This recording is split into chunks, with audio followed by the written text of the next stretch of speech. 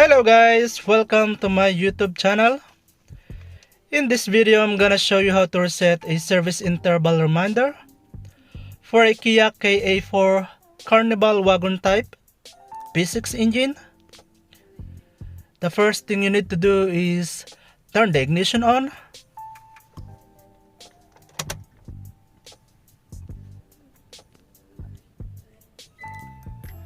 And as you can see, service in 145 km. To reset the service interval, you need to select the user settings by pressing this button. And there you go, user settings.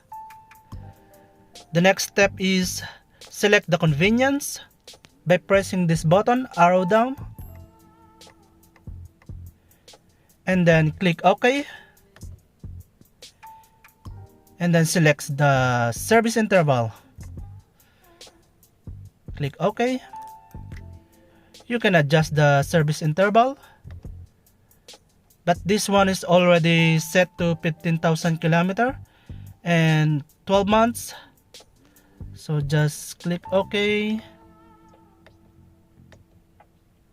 And then select reset. Click OK. Reset time and distance. Select yes. And there you go. It is now 15,000 km or 365 days, whichever comes first. So that's how you reset your Kia Carnival KA4.